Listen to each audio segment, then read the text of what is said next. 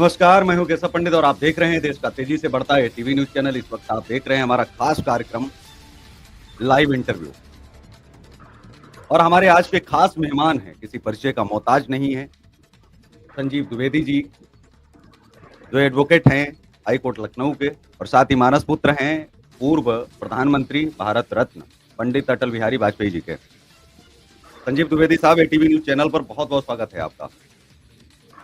मैं आपका बहुत बहुत धन्यवाद देना चाहूँगा कि जहाँ केशव होते हैं वहीं पर विजय होती है, क्योंकि केशव का उद्देश्य धर्म की स्थापना करना। आज आपका जो चैनल है, मैं भारतवर्ष के 140 करोड़ लोगों से निवेदन करूँगा कि इस चैनल को आप जरूर देखें, ताकि जहाँ पर केशव होते हैं वहाँ पर धर्म की स्थापना के लिए हजारों अर्जुन तैयार हो जाते हैं। उनकी ऐसी वाणी है, उनकी वाणी राष्ट्र के निर्माण की कल्याणी है। मैं बहुत बहुत आपका चैनल को बधाई देना चाहूँगा, धन्यवाद देना चाहूँगा कि आपने श्रद्धेय अटल बिहारी वाजपेयी पूर्व प्रधानमंत्री भारत की वाणी को पुनः लोक जागरण के लिए अपने चैनल के माध्यम से पूरे भारतवर्ष को एक स्वप्न दृष्टा के रूप में दर्शन दिया। बहुत बहुत धन्यवाद देना चाहूँगा आपको। जी, हम सवालों की श्रृंखला शुरू करें इससे पहले हम बात करना चाहेंगे राजा भरत की। वो राजा भरत जिनकी शायद केवल कहानी ही रह गई। रामायण के बहुत बड़े महान पात्र को लोगों ने ठीक वैसे ही पढ़ते रहे जैसे अन्य पात्रों को, लेकिन भगवान राम को राम बनाने में भरत की बहुत बड़ी भूमिका रही। कहा जाता है कि 14 साल तक भगवान राम जी नहीं आए तो रामराज कैसे चला और कैसे व्यवस्था रखी, वो राजा भरत से सीखने की आवश्यकता है। मैं आपसे जानना चाहता हूं कि कैसे राजा भरत जी से आपको प्रेम हो गया, क्योंकि राजा राम जी के जो भाई थे, और कैसे आपको भगवान प्रभु श्री राम के भाई से इतना अत्यधिक लगाव हो गया कि भगवान राम से भी ज्यादा उनसे लगाव हो गया और निकल पड़े आप अकेले कि अब तो हमने भारत के त्याग को दुनिया को दिखाना है और बताना है। ये शुरुआत कैसे हुई, कैसे अचानक से मन में उनके प्रति इतना प्रेम भाव और लगाव शुरू हो गया और जो आपने ठान ली कि अब आज से मैं भारत के लिए समर्पित हो गया? जी, ये व्यक्त नहीं करता है केशव जी। जैसे केशव जी अर्जुन के लिए संबोधक बन गए थे, वैसे ही मुझे एक दिन की बात है कि मैं रामचरितमानस का स्वाध्याय कर रहा था। मुझे चित्रकूट का परिदृश्य मेरे आंखों के सामने दिखाई पड़ा और मेरा संवाद हुआ महान किन्नरों से। उन्होंने कहा कि किन्नरों को वरदान भी दिया था राम ने कि जाओ कलयुग में तुम्हारा सम्मान तुम्हारा शासन होगा। तो उन्होंने मुझे पादुकाएं देने के लिए कहा कि मैं हम तुमको जो है जहां पर राम ने भरत जी को पादुकाएं दी, वहीं पर हमको 2023 में राम भरत मिलाप मंदिर में किन्नरों ने राम की पादुकाएं दी, भरत जी के त्याग का दीपक। और इस बात के स्वयं साक्षी हैं राम मनोहर दास जी महाराज और राम भरत मिलाप के महंत हैं। और आज पूरे देश में राम की पादुकाएं भरत जी के त्याग का दीपक पूरे भारतवर्ष को प्रकाशित करने के लिए उदय हो चुका है। और मैं इतना कहना चाहूंगा, देश के 140 करोड़ के लोग सुने और विशेषकर संसद के लोग, विधानसभाओं के लोग सुने। हर तरफ सत्ता सियासी लोग भारत में लड़े, हर तरफ सत्ता सियासी लोग भारत में लड़े। हम भारत के त्याग का दीपक जलाएंगे, हम भारत के त्याग का दीपक जलाएंगे। और मजहबी उन्माद ने भारत जटायु कर दिया, मजहबी उन्माद ने भारत जटायु कर दिया। गोद में ले राम फिर पीड़ा मिटाएंगे, गोद में ले राम फिर पीड़ा मिटाएंगे।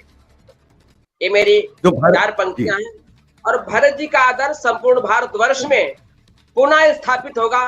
ये राम का संकल्प है, ये कामदगिरि का संकल्प है, ये मंदाकिनी माँ मंदाकिनी का संकल्प है, ये सरयू माँ का संकल्प है, ये श्वेत बंधु रामेश्वरम का संकल्प है, ये माँ गंगोत्री का संकल्प है।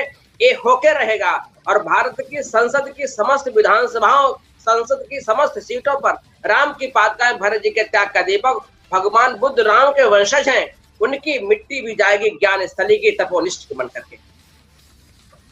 जी, आने वाले समय में क्या भरत कथा का भी आयोजन होगा और भरत कथा को लेकर के आप क्या कहेंगे? और दूसरा जो सबसे बड़ा सवाल है कि भरत जी का जो मंदिर आप बनवा रहे हैं उसकी विशेषताएं क्या हैं, खूबियां क्या हैं, उनके बारे में भी आप बताएं। और लोग अगर पहुंचेंगे तो कैसे वहां तक पहुंचेंगे? और जो खास सवाल है कि जो मंदिर बन रहा है वो कहाँ बन रहा है, किस स्थान पर बन रहा है, इसकी भी जानकारी आप हमारे दर्शकों को आप दें। जी। आपको बताना चाहेंगे कि 28 मई 1996 को श्रद्धेय अटल बिहारी वाजपेयी जी ने भारत के त्याग का दीपक भारतीय संसद में जलाया। एक एमपी न होने की वजह से उन्होंने कहा था कि न भी तो मरणादास में केवलम दोष तो ऐसा, मुझे मृत्यु से भय नहीं, मुझे भय तो अपयश से है, और सरकार का परित्याग कर दिया। यदि भारतवर्ष के लोकतंत्र की परंपरा में किसी ने त्याग का दीपक जलाया था तो श्रद्धेय अटल बिहारी वाजपेयी जी ने जलाया था। आज पुनः मानस पुत्र के रूप में मुझे घर घर में भरत जी के त्याग का दीपक जलाने का अवसर मिला है। वो श्रद्धेय अटल बिहारी वाजपेयी का नाम से अटल विश्व बंधुतेश्वरम मंदिर, जिसमें राम की पादुकाएं, भरत जी के त्याग का दीपक जलेगा और चित्रकूट धाम से, कामतगिर से अखंड भरत के त्याग की अखंड ज्योति आएगी और इस मंदिर में स्थापित होगी।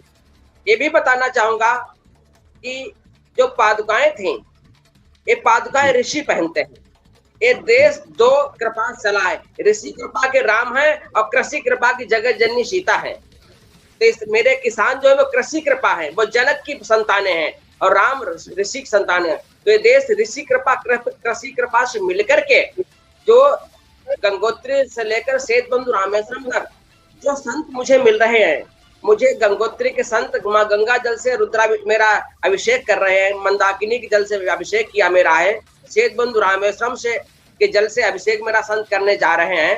तो जो संत मुझे मिल रहे हैं, क्योंकि देश संतों के त्याग से चला है और अयोध्या जो भगवान राम और भरत जी जो है वो संतों के द्वारा उत्पन्न किए गए हैं, यज्ञ के द्वारा।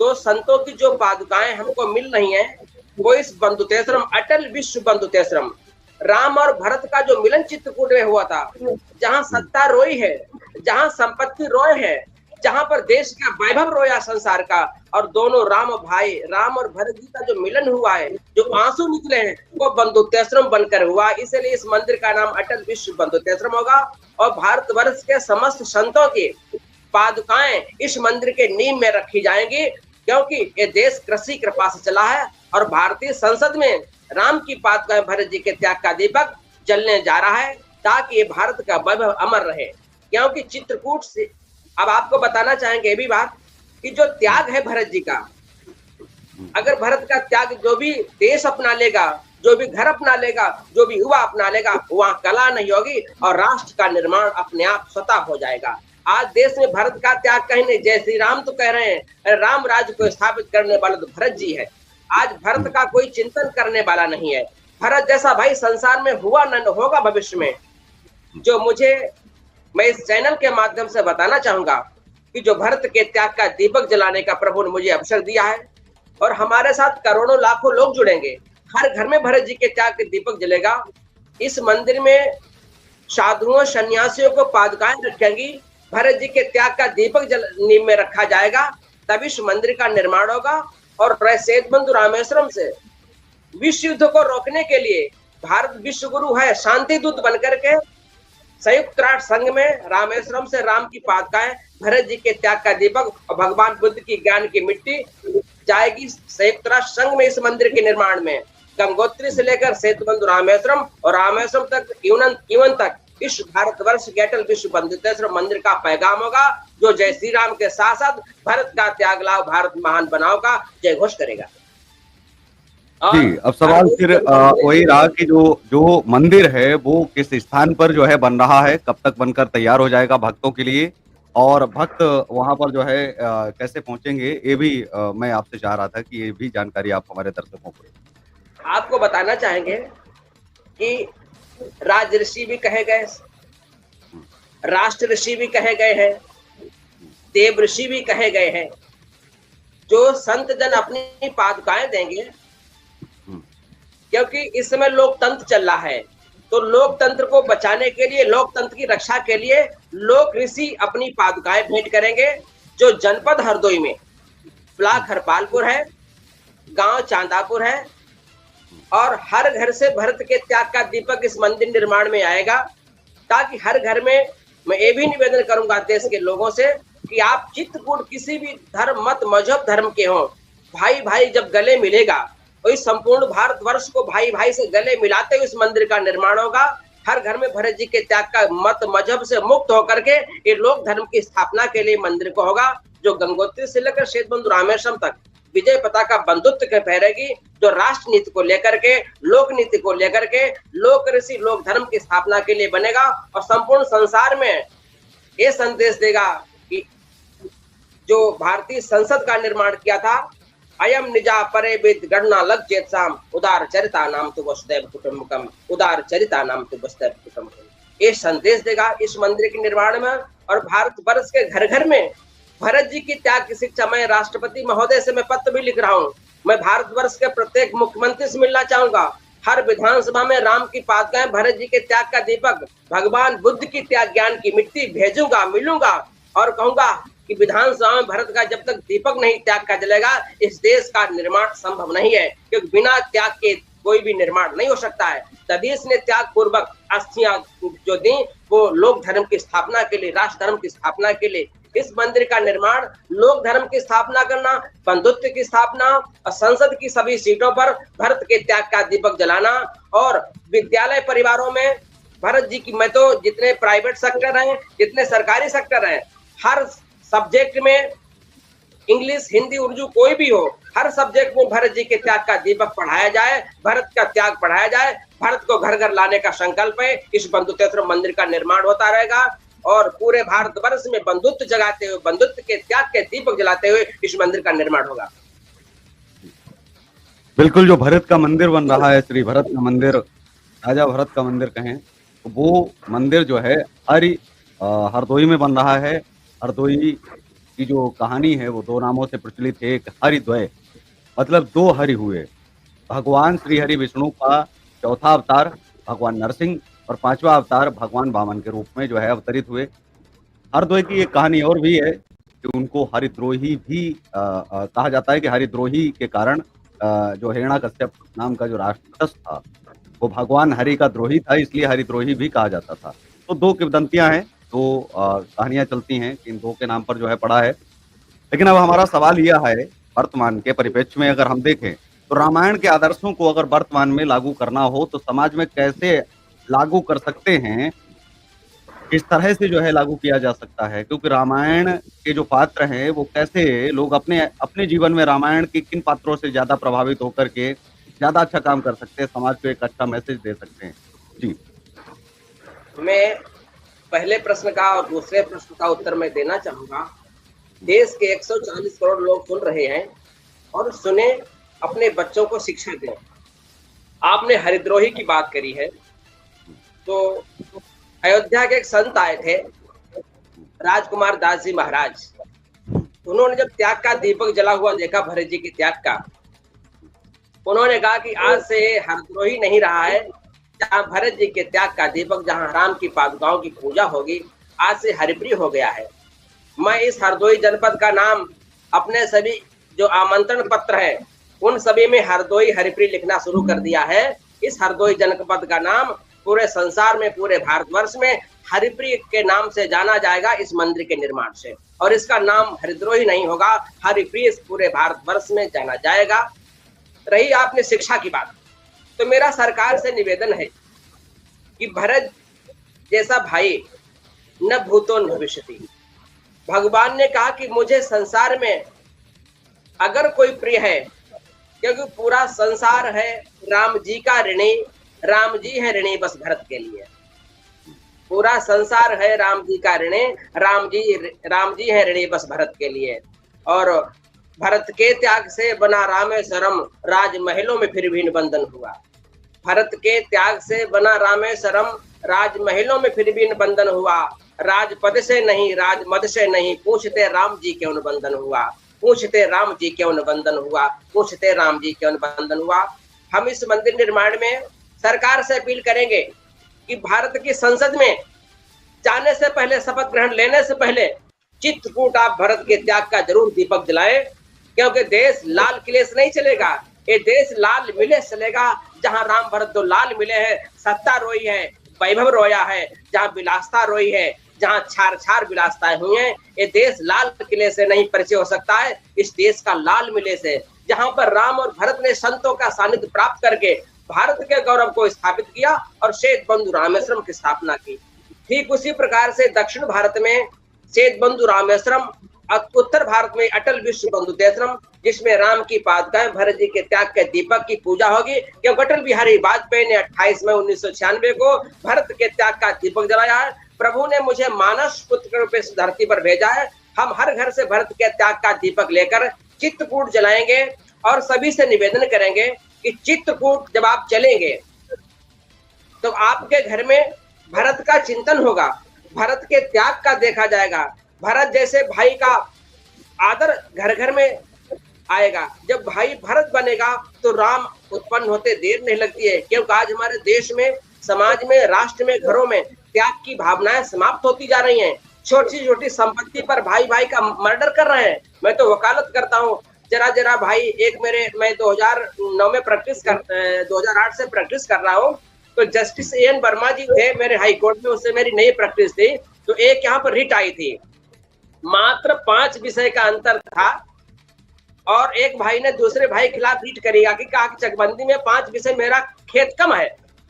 तो जस्टिस एन बर्मन का समाज कहाँ जा रहा है, और उस रिट को खारिज कर दिया है कि देश राम का है, ये देश भरत का था। आप भाई के लिए, क्या जिस माँ की कोख में तुम पले हो, क्या उस भाई के लिए 5 विषय तुम नहीं छोड़ सकते हो? क्या वो लखनऊ की जमीन है? क्या वो क्या प्रोमिनेंट प्लेस की जमीन है जो करोड़ों अरबों रुपए है? कितनी जमीन आपकी चकबंदी की है? तो मैंने जब एन वर्मा जी का जब देखा था तो मैं वहां से बड़ा वहां से ही प्रभावित हुआ हूँ। मेरे जीवन में भरत से लेकर के और अटल बिहारी वाजपेयी के त्याग को जब संसद में देखा है, और बताना चाहूंगा मैं आपको कि जो 169 सांसद अटल बिहारी वाजपेयी के साथ में, आज देखिएगा बेटा पिता का कहना नहीं मान रहा है, भाई भाई कहना नहीं मान रहा है। जो लोग निर्वाचित होकर गए थे, 169 सांसद जो अलायंस बनकर गए थे, सभी ने एक मुश्त त्याग पत्र दे दिया। उन सभी के नाम इस मंदिर निर्माण में पड़ेंगे कि सभी ने भरत के त्याग का दीपक दिलाया है। मत मजहब से मुक्त होकर सवाल आपके लिए आया है जी। एक सवाल आपके लिए आया है, राजीव खुराना जी का, अंतर्राष्ट्रीय राजनीतिक विश्लेषक है, उनका सवाल है आपसे। जी स्क्रीन पर जो है सवाल दिया है, अटल जी को सुधींद्र कुलकर्णी, यशवंत सिन्हा, शत्रुघ्न सिन्हा, जसवंत सिंह, जयललिता, ममता बनर्जी ने धोखा दिया, इस बारे में मानस पुत्र जी का क्या कहना है? जी, प्राय उनसे कहना, मैं उनका निवेदन करता हूं, मैं स्वीकार करता हूं, प्राय सत्ता संचालन के निर्णय होते हैं गंभीर, प्रज्ञावान पुरुष समझेगा या समझेंगे संत फकीर। जो निर्णय होते हैं सत्ता के प्राप्त करने के और सत्ता को त्यागने के, अगर उन्होंने न किया होता, अगर कई ने वनवास न दिया होता, क्या सेतुबंध निर्माण हो पाता? क्या अटल बिहारी वाजपेयी को एक अवसर मिला है कि संसार में कैसे कैसे लोग आएंगे भविष्य में, और उन्होंने त्याग, ममता को पद से ममता थी, अटल जी को त्याग से ममता थी। उन्होंने एक ममता को धराशायी करके त्याग की ममता से संबंध जोड़ा था। मैं उनका इसलिए नाम डलाऊंगा कि कई भी आदरणीय है, यदि ममता ने अगर उनका साथ नहीं दिया तो अटल बिहारी वाजपेयी भरत जी के त्याग का दीपक जलाने का अवसर नहीं मिलता। ये अवसर है, अवसर को उन्होंने बदला और अवसर में विश्व में एक स्थापना दिवस दिया कि भरत के त्याग को लेकर एक दीपक जलाया। और ये भी कहा, न भी तो मरना दास केवलम तो सब, सरकारें आएंगी जाएंगी, पार्टियां बनेगी बिगड़ेंगे, मगर इस देश का लोकतंत्र, इस देश का त्याग, इस देश का नैतिक धर्म बना रहे। इसलिए मैं उन सभी का, चाहे शत्रुघ्न सिन्हा हो, जो भी उनका हो, आज हमारे साथ एक कदम चले हैं, यदि नहीं दिया तो क्या त्याग की परंपराएं कम हो जाएंगी? आज हम पर प्रश्न खड़े राष्ट्र के बारे में पूछो और हम आपको लेफ्ट कर दें तो क्या नहीं? एक वैचारिक मतभेद हो सकता है, लेकिन आपने मुझे अवसर दिया आने का, अटल बिहारी वाजपेयी त्याग मंच पर लाने का अवसर सभी दलों ने दिया। जो दल दिया है वो भी आदरणीय गिने जाएंगे, जो नहीं दिया, राम को वनवास मिला है, कई सदैव आदरणीय रही है। इसलिए पार्लियामेंट तो अटल जी के साथ में जो रहा है, मैं उसका नाम मानस पुत्र, उनका आदर साथ लूंगा, क्योंकि आदर वही करता है जिसका आदर होता है। भारत की संस्कृति अगर हम देखें तो उसके बीच में और आधुनिकता के बीच में क्या फर्क है? कैसे इस दूरी को मिटाया जा सकता है, या आधुनिकता के साथ में ही भारतीय संस्कृति को भी अब जीना पड़ेगा, या आधुनिकता से ही लोग भारतीय संस्कृति को जीना चाहते हैं कि अभी ये भी नई जो है जो रीति चल रही है फैशन के नाम पर, क्या कहेंगे आप उसे, जो फर्क मिटता जा रहा है? जी, पॉलिटिक्स 5 प्रकार की होती है। Politics for fashion, politics for ambition, politics for nation, politics for profession. आज पॉलिटिक्स न तो नेशन रह गई न मिशन रह गई है, केवल प्रोफेशन बन के रह गई है। और राम की जो भरत की जो राजनीति थी वो राष्ट्रनीति थी। आज वर्तमान में हमारा युवा केवल विलासता देखना चाहता है, जबकि सबसे सेवक धर्म कठोरा। समाज की सेवा करना ये सबके बस का नहीं है। आप व्हाइट पैंट पहन लो, व्हाइट शर्ट पहन लो, व्हाइट जूते पहन लो, स्कॉर्पियो लो, ये सेवा नहीं है। हम आधुनिकता राष्ट्र के निर्माण में करें, लेकिन अपने जीवन में भारतीय संस्कृत जिस जीवन में नहीं है वो राष्ट्र कभी निर्माण नहीं कर सकता। हमारे यहाँ विदेशी लोग आकर के महामंडलेश्वर संत बन रहे हैं, त्याग पूर्वक जीवन जी रहे हैं। अयोध्या में चलिए, बनारस चलिए, आप मथुरा वृंदावन चलिए, कहीं भी जाइए, न जाने कितने विदेशी भारतीय संस्कृति से आत्मसात करके, क्योंकि उनके पास अर्थ की कोई कमी नहीं, पैसे कोई कमी नहीं, विलासता कोई कमी नहीं, फिर भी भारतीय संस्कृति को अपना करके वो अपना मार्ग, अपना चिंतन, अपना शास्त्र चिंतन और अपनी जो नैतिक प्रणाली को भारतीय प्रणाली में जोड़ना चाहते हैं। क्योंकि विलास में तो क्षणिक सुख तो हो सकता है, लेकिन न तो व्यक्ति का निर्माण होता, न व्यक्तित्व का निर्माण होता, न राष्ट्र का निर्माण होता है, न लोक का निर्माण हो सकता है। भारतीय संस्कृति से व्यक्ति बहुत आगे मानदंड साबित करता है। आप इतिहास उठा के देख लीजिएगा, बिना भारत की संस्कृति के कोई भी देश आगे नहीं बढ़ पाया।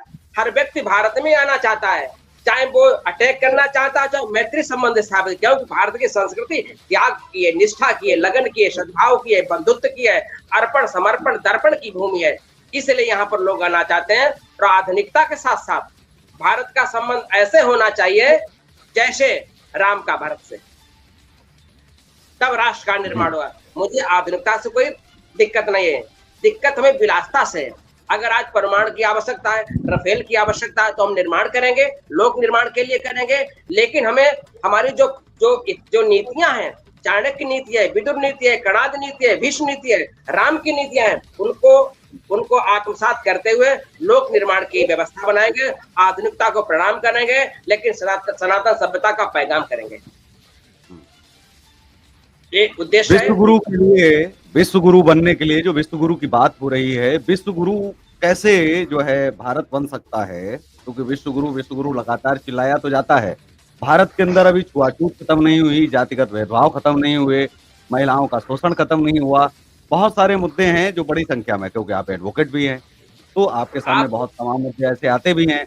इनको खत्म कैसे किया जा सकता? क्या इनके लिए भी कोई भारत के शासनकाल में तो कोई छुआछूत भेदभाव था या नहीं था? इसको भी आप स्पष्ट करें। और आज के दौर में कैसे इसे समाप्त किया जा सकता है? कि क्या वाकई में जो मोहन भागवत कह रहे हैं कि पंडितों ने ही, ब्राह्मणों ने ही ये जातियां बनाई हैं, तो क्या आरएसएस का चीफ जो है इतनी बड़ी बात जो है कह रहे हैं, तो क्या भागवत साहब ने भागवत नहीं पढ़ी? या फिर जो है आज के दौर में ये देखा जाए कि जो लोग कह रहे हैं कि नहीं ब्राह्मणों ने ही, क्योंकि अब दूसरा सवाल ये आता है, कुछ लोगों से सवाल ये भी किया जाता है, तो कहते हैं कि भैया देखिए, जाति प्रमाण पत्र तो तहसीलदार बनाता है, पंडित नहीं बनाता। और जाति प्रमाण पत्र मनुस्मृति के आधार पर नहीं, संविधान के आधार पर बनता है। जाति को आप अगर हटाने की बात करते हैं तो जाति प्रमाण पत्र जलाने की बात आप करिए, जाति प्रमाण पत्र जलाइए और जाति हटाइए। लेकिन आपको लगता है कि क्या वाकई में जाति प्रमाण पत्र अगर जलाने भी शुरू कर दिए तो क्या जाति हट जाएगी? इतना आसान है क्या समाज में? जी, आपको बताना चाहेंगे, जो मोहन जी हैं उन पर मैं एक शब्द कहूंगा, वो आदरणीय सबके लिए तो नहीं है, लेकिन स्वयं में तो आदरणीय है, जो बड़े पदस्थ हैं। मोहन जी ने भागवत नहीं पढ़ी है, मोहन जी ने भगवत गीता नहीं पढ़ा है, मोहन जी ने सिर्फ महाभारत पढ़ी है। सत्ता के लिए, सत्ता के साथ खड़े रहते हैं। जिस दिन मोहन जी भागवत पढ़ लेंगे उस दिन परीक्षित बन जाएंगे। जिस दिन मोहन जी भगवत गीता पढ़ लेंगे उस दिन अर्जुन बन जाएंगे। उसमें चतुष्वर्ण की व्यवस्था बनाएगी भगवत गीता में। और जो जाति की बात है, जाति की बात जैसे पशुओं की जाति, मनुष्यों की जाति, वनस्पतियों की जाति, औषधियों की जाति, विभिन्न जात विभिन्न समाज है, इसको बोलते हैं, समाज बोलते हैं जातियों को। तो जब एक जाति दूसरे जाति के निर्माण में खड़ी हो जाएगी तो जाति आदरणीय हो जाएगी। जब एक जाति दूसरे जाति को निमिटाने की बात करती है, बात जाति में क्या दिक्कत है? जाति से में कोई दिक्कत नहीं है, लेकिन दिक्कत हमें शोषण से है, दिक्कत मुझे कुपोषण से है, दिक्कत मुझे अपमान से है, दिक्कत मुझे भ्रष्टाचार की। ये बताओ, जो जाति अगर कोई आईएएस बन जाता, ब्राह्मण बनता है, क्या वो किसी ब्राह्मण के खिलाफ एक्शन नहीं लेता? क्या है? जातियां बाधक नहीं है, व्यक्ति के स्वार्थ बाधक है। जाति जनगणना नहीं, भारतीय मनगणना होनी चाहिए। ये देश जाति से नहीं चला, ये देश प्रतिभाओं से चला है। अब आप देखिए कि जैसे औषधि की जाति, औषधि का समाज है, समाजवाद पर भी मैं आ रहा हूँ, जातिवाद पर भी आ रहा हूँ। जब जैसे वनस्पतियों का समाज है तो मानव को औषधि प्रदान करती है, औषधि को जीवन देती है। मनुष्य का समाज, मानव समाज है, नदियों को साफ करता है, नदियां उसको जल देती हैं। जो एक समाज, एक जाति दूसरे जाति का अर्पण समर्पण से त्याग पूर्वक उसका निर्माण करे, उसको पल्लवित करे, तो हम बहुत आगे बढ़ जाएंगे।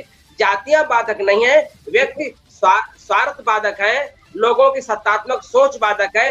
आज लोग कटिंग एंड फिटिंग सिटिंग की बात करते हैं, जिस दिन हम लोग मीटिंग की बात करेंगे, जिस दिन हम मिलन की बात करेंगे, जातियां बाधक नहीं। जातियां तो भगवान ने कहा जाति धर्म कुल जाति धर्म कुल बड़ाई सबको मैं त्याग सकता हूँ। जी, अब आते हैं जी, छोटे छोटे सवाल हैं, छोटे छोटे आप विश्लेषण के साथ में आप उत्तर दें।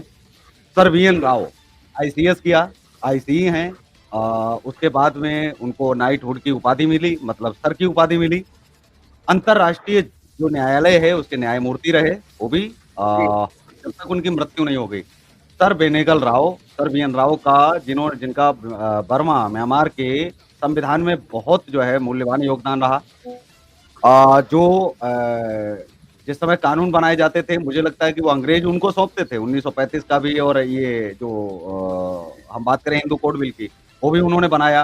पहला मसौदा तैयार किया, मतलब जैसे घर की नींव रखने वाला ही संस्थापक कहलाता है, ना कि घर को पूरा निर्माण करवाने वाला, क्योंकि घर का तो निर्माण कभी समाप्ति नहीं होता है, वो तो बढ़ता चला जाता है। किसी ने 2 मंजिल बनवाया तो तीसरी मंजिल बनेगी, चौथी मंजिल बनेगी। पहला मसौदा जो कच्चा मसौदा बोला जाता है वो सर वीएन राव ने दिया। संविधान निर्माता की उपाधि जो है वो इंडियन एक्सप्रेस में भी एक बार छपी और वो अखबार भी निकला और बाकायदा जो है दिया, और इसको आधिकारिक रूप से खुद एक बार नहीं कई बार जो है पंडित जवाहरलाल नेहरू के द्वारा भी बोला गया। उनका आखिरी जो भाषण है, अभिभाषण है डॉक्टर अंबेडकर का, उन्होंने भी कहा कि अगर सर वीएन राव का बहुत महत्वपूर्ण योगदान है, इनके बिना जो है ये कार्य असंभव था। मैं आपसे जानना चाहता हूं कि जो नींव जिसने रखी, जिसे नींव रखने वाला कहते हैं, नींव रखने वाला संविधान निर्माता होता है या आखिरी मसौदा? अगर आखिरी मसौदा था तो उसके बाद ये लगातार संशोधन कैसे हो रहे हैं? तो अब संविधान के अंदर जो फोटो गायब है, अभी मुझे संख्या नहीं पता है, जो गलत हो जाएगा, जितनी भी थी हमारी 20, 22, 23 जो फोटो थी, तो उन फोटोज को कैसे वापस लाया जाएगा? क्योंकि संविधान तो अधूरा है, उसमें राजा राम जी का पूरा दरबार है, भगवान राम का, कृष्ण का, सब संविधान के अंदर है। वो फोटो, बिना फोटो के पब्लिकेशन कैसे हो रहा है भारत के अंदर? वो फोटो क्यों समाहित नहीं किया? बुद्ध का अपमान नहीं है क्या? नेताजी का अपमान नहीं है? जी, तो दोनों सवाल हैं। सर वीएन राव को आप निर्माता, संविधान निर्माता मानते हैं? क्योंकि देश में अभी ये बहुत बड़ा सवाल उठ रहा है, चल रहा है और लगातार लोग उठा रहे हैं, क्योंकि वो प्रधानमंत्री भी रहे हैं जम्मू कश्मीर के और अंतर्राष्ट्रीय न्यायालय के न्यायमूर्ति भी रहे हैं, बहुत कुछ रहे, और उन्होंने पहला संविधान की नींव ही उन्होंने रखी। जी, ऐसा होता है कि सब जी, जब कोई मसौदा तैयार होता है और देश का संविधान था, वो राष्ट्र के भविष्य के निर्माण, लोकतंत्र के निर्माण और जनमानस के निर्माण के लिए मसौदा तैयार किया जा रहा था। तो कोई एक व्यक्ति तैयार नहीं कर सकता है, लेकिन हमेशा जो प्रतिभा संपन्न लोग होते हैं तो उनका सिलेक्शन होता है उस कमेटी के द्वारा। तो उसे पंडित वीएन राव जो थे वो बहुत बड़े के विद्वान थे, उस समय मेधा संपन्न थे। उन्होंने मसौदा तैयार किया और मसौदा यहाँ तक तैयार किया, जब मसौदा तैयार हो रहा था तो पंडित जवाहरलाल नेहरू, नंदलाल एनएल शर्मा जी थे जो विश्व भारती में चित्रकार थे, रविन्द्रनाथ टैगोर के विद्यालय में प्रिंसिपल थे। उनसे कहा कि जो भारतीय संविधान का मसौदा तैयार हो रहा है, जो तैयार किया जा रहा है, मैं चाहता हूं कि उस भारत के संविधान में भारत की दैवी वैदिक परंपरा की संस्कृति के जीवंत ऐसा होना चाहिए ताकि वो दिखाई पड़े। तो नंदलाल शर्मा ने, एनएल शर्मा जिनको कहते हैं, उन्होंने कहा कि मैं चित्र बनाऊंगा और 22 चित्र 22 चित्र तैयार किए गए हैं, जिसमें पहला चित्र है भगवान राम लंका जीतकर पुष्पक यान से आ रहे हैं। डायरेक्टर प्रिंसिपल्स में नीति निर्देशक तत्व में जब भगवान कृष्ण अर्जुन को उपदेश दे रहे हैं लोकतंत्र देश को कैसे संचालन किया जाए योग को परंपरा में, इस तरीके से 22 चित्र हैं। पुष्पक यान से राम आ रहे हैं, नटराज जी नृत्य कर रहे हैं, भगवान बुद्ध ज्ञान दे रहे हैं, तक्षशिला नालंदा विश्वविद्यालय की उसमें फोटो है और इसमें कई जो राष्ट्रीय हमारे वैदिक परंपरा के हैं वो इसमें चित्र है। लेकिन इसमें बताना चाहूंगा आपको कि राजनीति के लोगों ने सत्ता लोलुपता के कारण हमारे देश की विभिन्न प्रतिभाओं को नष्ट किया है, प्रयास किया है। BN राव जी इंटरनेशनल कोर्ट के जस्टिस थे और उन्होंने इस निर्माण में एक शर्त रखी थी जो मैं आज 140 करोड़ लोगों को बताना चाहेंगे, क्योंकि मैं एडवोकेट हाई कोर्ट में मैंने पढ़ा है। उन्होंने कहा संविधान तो मैं लिखूंगा, मेरी एक शर्त होगी कि हर पृष्ठ पर हमारे साइन होंगे और लास्ट में जो होगा वो हम अपने पिताजी का, बाबा जी का नाम डालेंगे। इस शर्त पर लिखा गया।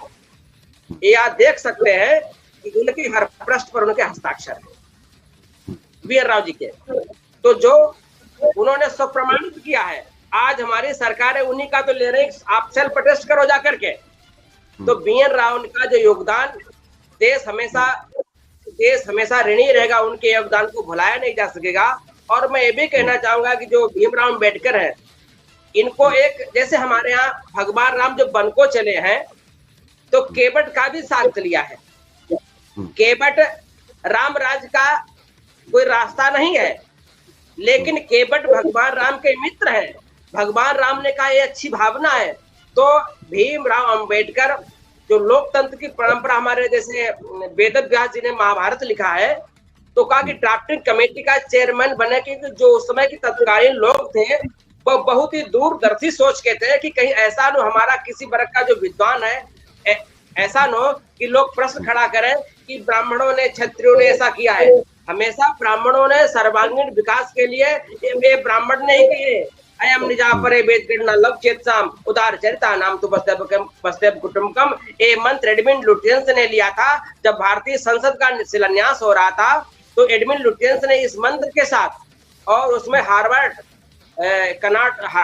कनाट जी थे, जिसको कनाट प्लेस कहते हैं दिल्ली में, उन्होंने इस मंत्र के साथ अनावरण किया था भारतीय संसद का, अयम निजा परे वेद गणना लव चेतसाम। और जो 64 योगिनी मंदिर मध्य प्रदेश में है, उस मंदिर का नक्शा से, उसका प्रारूप से भारतीय संसद का निर्माण किया गया था। तो हमारे वैदिक मंत्रों से जो वेद किसने लिखे हैं, वेद व्यास ने लिखे हैं। तो वेद व्यास जो उच्च आदर्श के जो लोग थे, जो उसमें तत्कालीन संविधान लिखा, जो BN राव जी ने वर्तमान की राजनीति ने, जैसे कि आप देखते हैं कि जो डायरेक्टर होते हैं, लोग कहते हैं हीरो बहुत हुआ, इनको ये नहीं मालूम है कि mister justice BN Rau ji director of the Indian constitution हमारे निदेशक हैं। लेकिन भारतवर्ष की राजनीति ने उस मेधा को, उस प्रतिभा को नेपथ्य में डाल दिया है। मैं BN राव का अटल विश्व बंधु तेसरे मंदिर में नाम भी डालेंगे और भारत के त्याग का दीपक जलाते हुए, जिसने भारत के त्याग का दीपक जला करके लोगों ने उनसे पॉलिटिक्स की, लोगों ने राजनीति की, लेकिन BN राव ने राष्ट्रनीति का परिचय दे करके अयम निजा। और ये भी लिखा है कि हम भारत के लोग ये भी बताना चाहेंगे, BN राव के अलावा पूर्णिमा बनर्जी साहब थी, पश्चिम बंगाल की थी, ब्राह्मण थी पूर्णिमा बनर्जी। तो कहा कि अब संविधान में हम भारत पहले क्या लिखा जाए, तो कहा कि हम गांधी जी के लोग, नहीं, हम भारत के लोग। तो भारत के लोग पंडित पूर्णिमा बनर्जी ने भी दिया है कि with the people of India. और with the people of India किसने कहा, कृष्ण ने कहा है, यदा यदा धर्मस्य ग्लानिर्भवति भारत अभ्युत्थानम् अधर्मस्य तदात्मानं सृजाम्यहम् परित्राणाय साधूनां विनाशाय। तो कुल मिलाकर के इस लोग पूरा मालूम है, ये देश भारत का जो है, भारत है, वो भारत त्याग पूर्वक है। हमारे सुभाष चंद्र बोस ने कितना त्याग किया है, कितना भगत सिंह ने त्याग किया है। ये देश भारत के त्याग के दीपक जिसने जलाए हैं वही आगे बढ़ाए हैं। वरना यहाँ की सत्ताएं, तो यदि अर्जुन ने उपदेश कृष्ण का सुना होता तो चित्रकूट चले आए होते। आज मैं भारतवर्ष के 140 करोड़ लोगों से निवेदन करता हूँ भारत के सांसदों से निवेदन करता हूँ, भारत के मंत्रियों से निवेदन करता हूँ, भारत के समस्त विधायकों से, आईएएस आईपीएस अधिकारियों से निवेदन करता हूँ कि आप चित्रकूट चलिए, देखिए कि भारत का त्याग कैसे सेतुबंधु रामेश्वरम का निर्माण करा गया। आज पूरे विश्व में बंधुत्व का डंका बजा रहा, नर बानर मिलकर के मानव सभ्यता का परिचय दे गए और हम भाई भाई लड़ रहे हैं। तो BN राव ने बंधुत्व की स्थापना की है। जो हमारी कॉन्स्टिट्यूशनल कमेटी थी उसमें डॉक्टर BR अम्बेडकर बाकायदा स्पष्ट लिखा हुआ है। लोग पढ़ते कहाँ हैं? लोग तो आजकल मैंने देखा है कि केवल फेसबुक देख लेते हैं, वही उनकी यूनिवर्सिटी बन जाती है।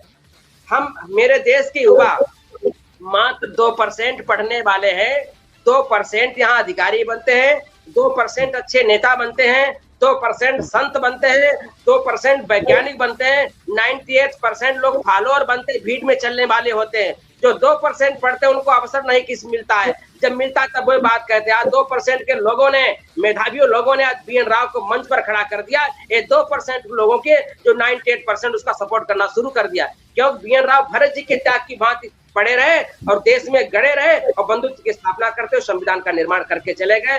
अटल विश्व बंधुत्व मंदिर में BN राव का दीपक जलेगा, ये मैं आपको वचन दे रहा हूँ। राष्ट्र निर्माण देश के अंदर धर्म की प्रैक्टिस करने का अधिकार जो है अनुच्छेद 25(1) देता है कि अंतःकरण की स्वतंत्रता और धर्म को स्वतंत्र रूप से मानने और अभ्यास करने और प्रचार करने का अधिकार देता है।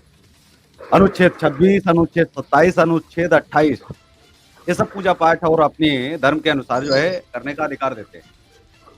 जो सवाल मैं करने जा रहा हूँ, शायद ये आपसे पहले लोगों ने पूछा हो। सवाल ये है कि डॉक्टर अंबेडकर ने संविधान जो है दिया, सौंपा राष्ट्रपति जी को दिया, उनके हाथों में दिया। संविधान को बनाने वालों में उनकी महत्वपूर्ण भूमिका रही। मेरा सवाल ये है कि 1956 में जब उन्होंने दीक्षा ली, दीक्षा के समय उन्होंने बौद्ध की नीतियों को दरकिनार करके, जिसके तहत अपराध हो सकता था, अपराध है, उस पर बहस क्यों नहीं होती। वो 22 प्रतिज्ञाएं जो इन्होंने अलग से बनाई, महात्मा बुद्ध को कभी लगाई नहीं कि राम कृष्ण को आप नहीं मानेंगे, और ऐसी ऐसी प्रतिज्ञाएं लिखी गई। जी मैं पूरा कर लूं ना, कंप्लीट कर लूं। जी। दर्शकों को समझने में भी आसानी रहेगी। बहुत सारे दर्शक सवाल तो करना चाहते हैं लेकिन सवाल कभी पूछ नहीं पाते हैं मंच पर कि 22 प्रतिज्ञाएं लगती आ रही 1956 से। पहला अपराध किया और अपराध के आपराधिक मुकदमा दर्ज होना चाहिए था। धर्म की प्रैक्टिस का अधिकार देता है ना कि धर्म में कुछ भी आप ले आओ, गड़बड़ जाला। अरे बौद्ध धर्म था भाई, या तो बौद्ध धर्म का आपको कुछ नया विशिष्ट अधिकार दे दिया गया होता, या तो आपको दलाई लामा घोषित कर दिया गया होता कि आप धर्म के दलाई लामा हैं। अब आप त्रिपिटक में जाकर के आप नवबौद्ध नाम से आप अपना धर्म शुरू कर लेंगे। या तो आपने जो है लिया, दलाई लामा आपको बनाया नहीं गया, आपने केवल धर्म लिया और धर्म में संशोधन शुरू कर दिया। 22 प्रतिज्ञाएं ली एक अलग से। मतलब यहाँ क्या क्राइम नहीं है। और जो आज लोग करवा रहे हैं, बोले हम क्या मुस्लिम धर्म जब न बौद्ध धर्म अपनाता है, बौद्ध धर्म अपनाता है, तो उससे तो नहीं बुलवाया जाता है कि भाई वो अल्लाह को नहीं मानेगा। अरे वो नहीं मानेगा तभी तो बौद्ध धर्म में आया। बौद्ध धर्म में राम कृष्ण को नहीं मानेंगे, जबकि राम कृष्ण की तस्वीरें किसमें हैं? संविधान में। हर रोज एक बार राम जी को काल्पनिक बोल दिया था कांग्रेस ने, आज तक लोग पीछा नहीं छोड़ते हैं। लेकिन हर रोज जो कसम खिलवाई जाती है गुजरात के अंदर जो है, अभी 50,000 लाख हर साल जो बदलते हैं, जो बौद्ध धर्म में जाते हैं, ये 22 प्रतिज्ञाएं बंद हो, इन पर प्रतिबंध करने के लिए क्या मांग कभी किसी ने उठाई? और अगर नहीं उठाई तो क्यों नहीं उठाई? क्या आने वाले समय में संजीव द्विवेदी जी से अपेक्षा की जाए, जो भारत जी का जो अस्तित्व आगे बढ़ा रहे हैं, पंडित अटल बिहारी वाजपेयी जी को, उनकी विचारधाराओं को, उनकी विरासत को आगे बढ़ाने का प्रयास कर रहे हैं, क्या उनसे अपेक्षा की जाए कि ये 22 प्रतिज्ञाएं कैसे बंद होंगी? क्योंकि ये तो इसका बौद्ध धर्म से लेना देना है क्या? इनको लेकर के चुनौती नहीं होनी चाहिए कि दलाई लामा उस व्यक्ति को कब बनाया गया जिसने 22 प्रतिज्ञाएं लिख डाली? उस दौर में ठीक है लिख लिया होगा, नहीं हो पाया, लेकिन आज के दौर में लोग कैसे 22 प्रतिज्ञा चिल्ला रहे हैं? क्या बौद्ध धर्म में दलाई लामा ने इनको स्वीकृति दे दी कि नहीं भैया बौद्ध बनने के लिए ये वाली कसम आपको लेनी ज्यादा जरूरी है? ये बौद्ध धर्म की प्रैक्टिस का हिस्सा है क्या? सवाल ये उठता है। अगर नहीं है तो क्या ये अपराध है? अपराध है तो उनको सजा क्यों नहीं? जी केशव जी, आपने बहुत अच्छे प्रश्न उठाए हैं। जिन प्रश्नों का उत्तर आप ही नहीं, पूरा देश, पूरी संस्कृति मांग रही है। लेकिन ये आपके प्रश्नों का उत्तर जनमानस देना नहीं चाहता है, कुछ दे नहीं पा रहे हैं, कुछ अपने को पीछे कर रहे हैं। लेकिन आपने मुझे अवसर दिया है तो मैं हर आपके प्रश्न का उत्तर दूंगा। लेकिन एक बात जरूर कहूंगा कि हर प्रश्न का उत्तर नहीं होता है, लेकिन हर उत्तर का प्रश्न जरूर होता है। जो बौद्ध धर्म है, पहली बात, धर्म कोई है ही नहीं, सनातन धर्म है। अगर कोई स्थापना अपना अपने वैचारिक व्यक्तित्व की स्थापना धर्म नहीं हो सकता है। बुद्ध का मतलब बोधम, बोध गया है, जो अपने को जिसने आत्म बोध कर लिया कि मैं मेरा फाटाई, मैं हूं क्या, मैं क्या हूं। तो भगवान बुद्ध ने, भगवान बुद्ध राम के वंशज हैं, इच्छाक वंशी राजा हैं। अब इनके भी गुरु का नाम विश्वामित्र था। वो अलग बात है, वो त्रेता के थे, इस कलयुग के थे। इनके भी गुरु का नाम विश्वामित्र था। और इन्होंने जब बुद्ध धर्म की स्थापना की तो इसमें 8 अष्टांग था, 8 नियम थे। सम्यक वाणी, सम्यक वाणी ये थी, वाणी ऐसी बोलिए जिससे सबको सुख होना चाहिए, ऐसी वाणी बोलिए मन का आपा खोए, औरण को शीतल करे आपो शीतल होए। तो सम्यक वाणी थी इनकी। सम्यक तप था, सम्यक तप ये था कि जब आप तपस्या करें तो किसी को बाधा नहीं पहुंचनी चाहिए। जैसे हम लोग सड़कों पर नमाज पढ़ना शुरू करें, सड़कों पर समय कम है, समय कम है, और माफी के साथ में आपसे ये तो सवाल मैं सम्यक वाणी, पूछना हूँ। सम्यक शिक्षा। क्या बौद्ध धर्म में, बौद्ध धर्म पर कब्जा किया? क्या इनको किसी बौद्ध धर्म के जो दलाई लामा थे उन्होंने इनको क्या दलाई लामा की उपाधि दी? और क्या ये आने वाले समय में इसकी याचिका नहीं डाली जानी चाहिए हाई कोर्ट, और इसमें यहाँ चुनौती नहीं दी जा सकती है? क्या ये संविधान का हनन नहीं है सीधे सीधे तौर पर उन आर्टिकलों का जहां पर केवल धर्म को प्रैक्टिस करने की तो आजादी है? जैसे कल को मैं इस्लाम में चला जाऊं, मान लीजिए मैंने इस्लाम की केवल सदस्यता के ली, या मैं उस धर्म में गया क्या कि मैं अब नियम बदलने लगा। मैंने कहा कि नहीं जी, अब यहाँ से आज के बाद में ये नियम होगा जो हमारे द्वारा इस्लाम ग्रहण करेंगे उनको ये शपथ फला फला लेनी पड़ेगी, या यह प्रक्रिया पूरी करनी पड़ेगी, वो इस तरह से चलेंगे। क्या कोई किसी धर्म में जाकर के क्या हस्तक्षेप कर सकता है? क्या यह हस्तक्षेप नहीं माना जाए? और इसको लेकर के क्या बड़े सीधा सवाल है कि डॉक्टर अम्बेडकर जी के बाद में जो अभी तक ये जारी है, क्या ये अब बंद होना चाहिए या नहीं? क्या ये संविधान का हनन है या नहीं? जी देखो, जो भारत का संविधान है इसमें बराबर संशोधन होते चले आ रहे हैं। ये कोई डिवाइन बुक नहीं है, ये कोई वेद नहीं है, ये व्यक्तियों के द्वारा मसौदा तैयार किया गया है। और जो व्यक्ति थे उस समय क्या स्थितियां रही और भविष्य में क्या होंगी, वर्तमान में क्या होंगी। अब क्या किसी ने सोचा था कि आईटी सेल भी आएगा? ये तो नहीं लिखा, लेकिन अब आईटी सेल कानून बन गया। तो लोक निर्माण में ज्यों ज्यों हमारी मानव सभ्यता विकास की ओर जाएगी, आधुनिकता की ओर जाएगी, त्यों त्यों संविधान में संशोधन होते रहेंगे। क्योंकि संविधान का मतलब है राष्ट्र का निर्माण करना, नागरिकों को उनको सम्यक प्रकार से उनको स्थापना देना, स्थापित करना। तो जो संविधान की जो आंतरिक स्वतंत्रता की बात की, शुद्धता की बात की है, तो जब व्यक्ति स्वयं में स्वाध्याय करता है, योग करता है, ज्ञान करता है, तो किसी कष्ट नहीं देता है। धर्म तो सिर्फ एक सनातन है। बाद बाकी लोग मत मजहब सब खोले बैठे दुकानें चला रहे हैं। सनातन सभ्यता का मतलब है कि हर धर्म, हर मत जो है आदर के साथ। अब जैसे आप बोल रहे हो, आपका मत आदर का साथ है, आप प्रश्न खड़े कर रहे हो ना कि अच्छे। अब अगर आप कोई ऐसी बात करोगे जिससे विवाद खड़ा होगा, तो धर्म नहीं, आप कहो कि हम तो हिंदू धर्म को, मुसलमान धर्म, इस्लामिक धर्म बढ़ा रहे हैं। धर्म बढ़ता नहीं, न धर्म घटता, न धर्म बढ़ता है। सनातन सभ्यता पूरे संसार में छाई हुई है। लोग जनसंख्या के जनतांत्रिक धर्म बढ़ा रहे हैं। जनतांत्रिक वर्तमान में सत्ता प्राप्त करती है, ये जनतांत्रिक धर्म बढ़ता जा रहा है। ये जनतांत्रिक धर्म सत्ता की ओर लेके जा रहा है, जब डेमोक्रेटिक सिस्टम आ रहा है। जो सनातन धर्म है, हमारी मानव अभ्यता पशु जीवों पर, भगवान बुद्ध कह रहे जीवों पर दया करो। इधर जय भीम कह रहे हैं। मैंने तो ये भी कहा सरकार से कि भगवान बुद्ध की मूर्ति जम्मू कश्मीर में लगा दी जाए। नमो बुद्धाय विनाय उद्धाय से पूरा संसार उनको याद करेगा। राम के वंशज है, अपने अष्टांगों को शिक्षा देते होंगे। तो कुल मिलाकर के ये जो वर्तमान में चल रहा है, जनतांत्रिक धर्म चल रहा है। हम आप सब आदमी बढ़ा रहे हैं, आज हम हिंदू बना रहे हैं, वो कह रहे हमने आज इस्लाम बढ़ा दिया, कहते मैंने इस्माइल। ये जनतांत्रिक धर्म है, ये धर्म किसी का नहीं है। ये अपने जनतांत्रिक धर्म से भूभाग पर कब्जा करना, मानव सभ्यता को रौंदना जनतांत्रिक धर्म का उद्देश्य है। ये धर्म कोई नहीं है, ये सभी जनतांत्रिक धर्म चल रहे हैं जो मानव सभ्यता के लिए बाधक बनेंगे। हम सब लोग मिलकर के जब भरत जी के त्याग के दीपक जलाएंगे, जब गौरव के दीपक जलाएंगे, जब मानवता के दीपक जलाएंगे, जब बंधुत्व के दीपक जलाएंगे, जब करुणा के दीपक जलाएंगे, दया के, पुरुषार्थ के, परमार्थ के, दृष्टि के, सृष्टि के, भ्रष्टि के जब दीपक जलाएंगे, तब धर्म स्थापना होगा। ये जनतांत्रिक धर्म मानव सभ्यता को लो डूबेंगे। ये जनतांत्रिक धर्म तो विश्व युद्ध की ओर लेके जा रहे हैं। वो कह रहे मेरा धर्म है। जनतांत्रिक धर्म किसी पर नहीं थोपा जा सकता है, मानव सभ्यता का धर्म सभी लेके चल सकते हैं। ठीक है, ये जनतांत्रिक धर्म चल रहा वर्तमान में। तो हमारे साथ में जी। जी, जनतांत्रिक धर्म जो है वो केवल जनसंख्या आधारित होता है। अब आप ये बताइए, आप विवेकानंद जी क्या जनतांत्रिक थे? सनातन सभ्यता के धर्म उपदेशक थे।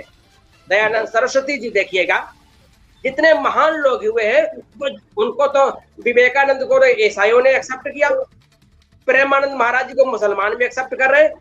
जो मानव सभ्यता का मानव धर्म की बात करता है, जो जी और जीने दे की बात करता है, वही धर्म होता है। ये जनतांत्रिक धर्म न कभी रहा है न कभी रहेगा। लोग ऐसे ऐसे करते करते स्वयं समाप्त होते रहेंगे और जनतांत्रिक प्रणाली भी एक दिन दैवी आपदा से आप कितने कितने युद्ध होते रहे। जब जब भी जनतांत्रिक धर्म बढ़ने की कोशिश की, अब आप देखिए महाभारत काल में युद्ध हुआ, जनतांत्रिक धर्म था।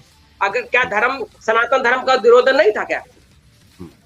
अर्जुन भी था सनातन धर्म के, लेकिन वो सत्ता का जनतांत्रिक धर्म था। जहां जहां जनतांत्रिक धर्म बढ़ेगा वहां पर मानव सभ्यता को रौंदा जाने का एक नया इतिहास बनने लगता है और मूल धर्म आकर के जनतांत्रिक धर्म को नष्ट करके धर्म की स्थापना करता है। जी, यही मेरा तो हमारे साथ में जुड़े थे संजीव द्विवेदी साहब, और जिन्होंने हर मुद्दे पर लगभग जो है बातचीत की। हालांकि 22 प्रतिज्ञाओं से वो बचते नजर आए, लेकिन कब तक बचेंगे ये भी हम देखेंगे। लेकिन आने वाले समय में हम लगातार ये बात उठाते रहेंगे कि जहां संविधान का हनन होगा उस पर जो है एटीवी न्यूज चैनल आवाज भी उठाएगा, सवाल भी पूछेगा कि याचिकाएं कब लगाई जाएंगी, कब न्यायमूर्तियों से पूछा जाएगा कि ये 22 प्रतिज्ञाएं क्या सही हैं या गलत हैं, इन पर विश्लेषण कब जो विद्वान है उनका आएगा। और दूसरा, संविधान में जो फोटो हैं, जो चित्र हैं, वो वापस कब आएंगे, भगवान राम का दरबार फिर कब से लगेगा, क्योंकि संविधान पर प्रश्न उठाने जैसा है राम जी के ऊपर प्रश्न उठाना। तो इस कार्यक्रम में जुड़ने के लिए आपका बहुत बहुत आभार और आपको बहुत बहुत नमस्कार। इस कार्यक्रम में बस इतना ही, हमें दीजिए इजाजत। आप देखते रहिए देश का तेजी से बढ़ता एटीवी न्यूज चैनल। जय हिंद, वंदे मातरम। बहुत बहुत धन्यवाद। 140